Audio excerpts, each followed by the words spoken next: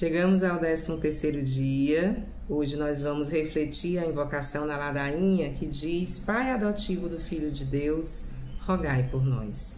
Estamos reunidos em nome do Pai, do Filho e do Espírito Santo. Amém.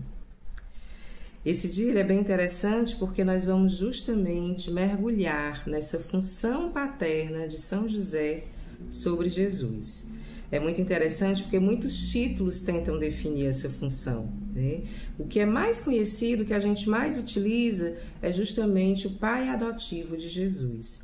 E é muito interessante porque o padre Paulo Ricardo traz dentro de uma outra perspectiva, né? Ele diz que é o pai adotado de Jesus. Na realidade, foi Jesus que adotou São José, pensando em São José desde toda a eternidade, né? E nessa escolha da Santíssima Trindade, para que São José exercesse essa paternidade quando chegasse a plenitude dos tempos e o início, né, do plano de salvação na Terra. Então, é muito interessante a gente pensar que verdadeiramente, dentro de tudo que a gente está estudando, São José foi escolhido. Então, São José foi adotado por Jesus. É uma perspectiva que a gente precisa trazer para o nosso coração, né? É muito interessante também porque a gente olha muitas vezes sobre o aspecto legal, né?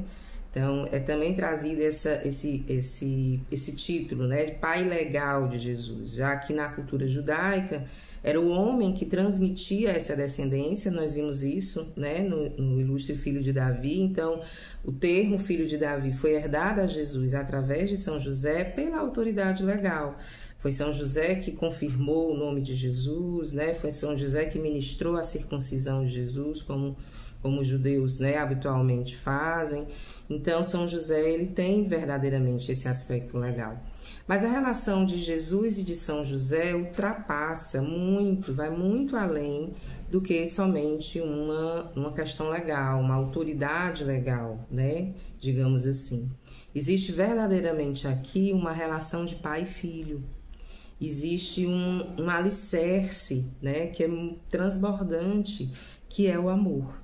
Então, a gente tem que ter essa clareza de que existe um vínculo entre pai e um filho. É muito interessante a gente pensar em Jesus como o verdadeiro Deus, mas também como um verdadeiro homem. E enquanto homem, na sua dimensão humana, Jesus precisou de São José. E o melhor de tudo, Jesus confiou em São José para sustentar, para guardar, para proteger, para ensinar. Quem fez toda a catequese de Jesus foi São José, obviamente, junto com Maria Santíssima, né? Quem levava à sinagoga, quem ensinava as escrituras era São José e Maria Santíssima. Mas ele, na função de pai, levou com certeza Jesus muitas vezes às sinagogas, né? Ensinou o seu ofício, levava para as reuniões, né? Assim, a gente sabe que a cultura judaica tem essa questão mesmo dos homens e das mulheres, né? Aquela época tinha, então era São José que trazia esse seu filho, né? Para o espiritual, para as escrituras, para a sinagoga, né? Era ele que formava ele enquanto homem. São José era o espelho de Jesus, desse meninozinho aqui, ó, na sua dimensão humana. Olhava para São José, confiava em São José, tinha São José como seu espelho dentro da sua dimensão humana. Então, através de São José, nós também começamos a perceber a importância do pai na família, a importância dessa paternidade, né? A importância dessa modelagem, né? Porque é isso muitas vezes que o pai faz, né? Muitas vezes não, na grande maioria das vezes, né? Ou pelo menos deveria fazer. Então, assim, é muito importante compreendermos dentro da Constituição da Sagrada Família esse lugar que foi muito bem escolhido, né? Muito bem adotado. Então, é importante a gente perceber que São José, ele assume não só uma autoridade legal.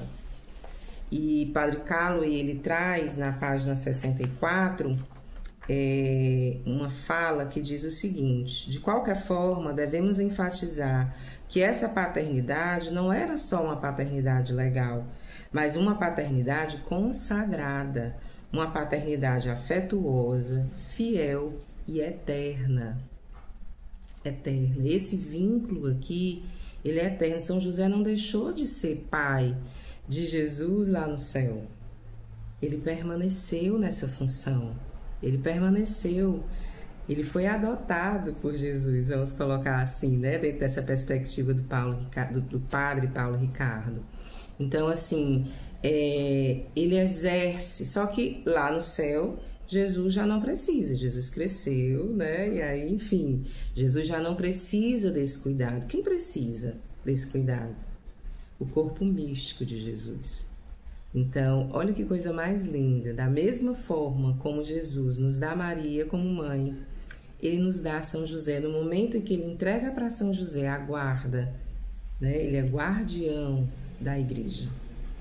E quem é a igreja? Somos nós. Esses caminhantes, né? Rumo ao céu, rumo à santidade, com tantos desafios, batalhas, lutas.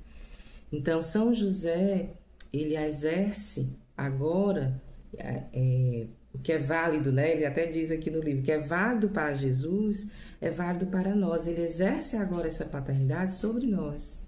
E já foi dito isso aqui.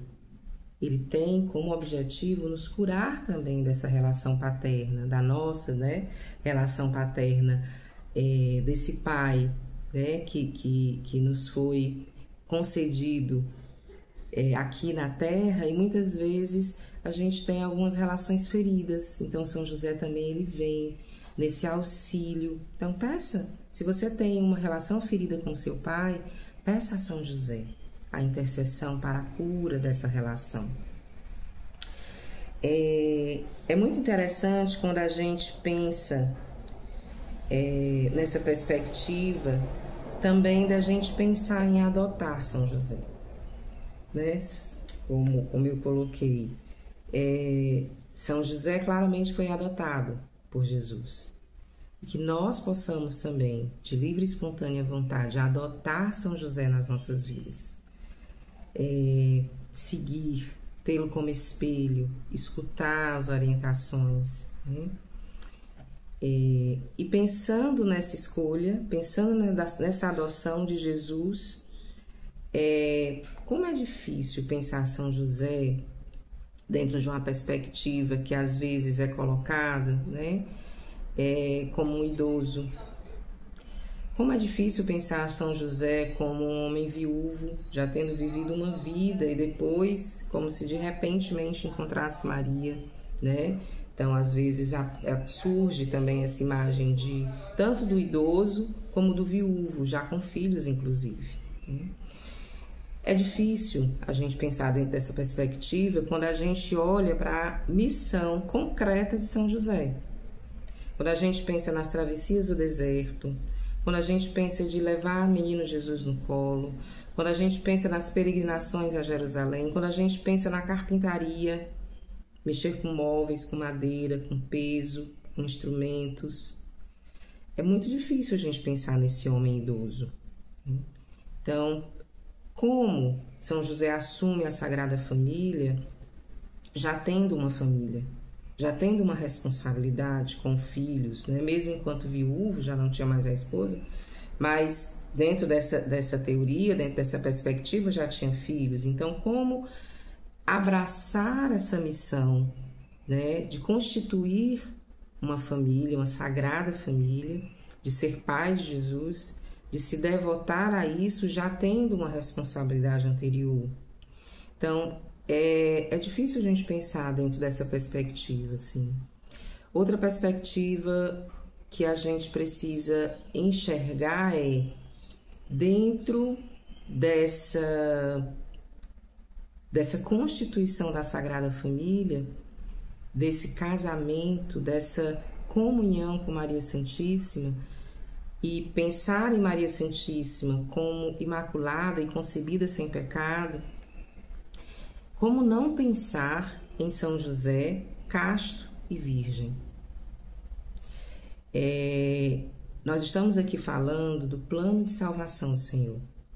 Nós estamos aqui falando de dois seres humanos, né, Maria e São José, que receberam um convite de participar de um grande plano de salvação, de participar de uma missão, né, de uma devoção ali a Jesus.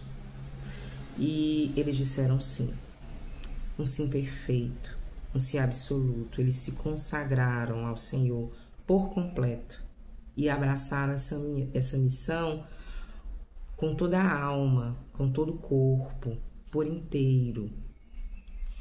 Então não era mais sobre eles. Não era mais sobre eles. Era sobre o sim, era sobre a vontade de Deus, era sobre a missão que Deus estava dando a eles, de formar, de criar, de educar e de possibilitar que Jesus crescesse e desenvolvesse na sua dimensão humana de forma perfeita.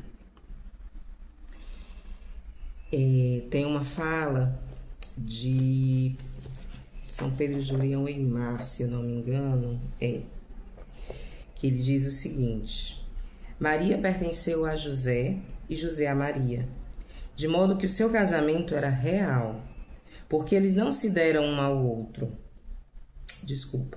Porque eles se deram um ao outro. Mas como eles puderam fazer isso? Eis o triunfo da pureza.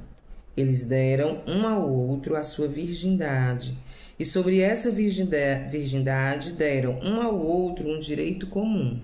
Que direito? O de salvaguardar a virtude do outro. É uma comunhão espiritual perfeita. É um amor missionário perfeito. E muitas vezes nossos olhos humanos têm dificuldade de contemplar, muitas vezes até de abraçar. Então, que nós possamos hoje pedir ao Espírito Santo, né, que nos conceda os olhos da fé, não para tentar entender, mas para abraçar esse amor tão perfeito que muitas vezes pode nos trazer uma certa falta de compreensão pelo nível de perfeição, pela entrega, pela comunhão espiritual de um homem e de uma mulher que se deu de forma perfeita. E nós, enquanto imperfeitos, muitas vezes temos dificuldade de acessar. Que o Espírito Santo possa nos conduzir para esse olhar de fé e compreender o grande amor que constituiu, que foi alicerce para essa família sagrada, para a nossa sagrada família. Estivemos reunidos em nome do Pai, do Filho e do Espírito Santo. Amém.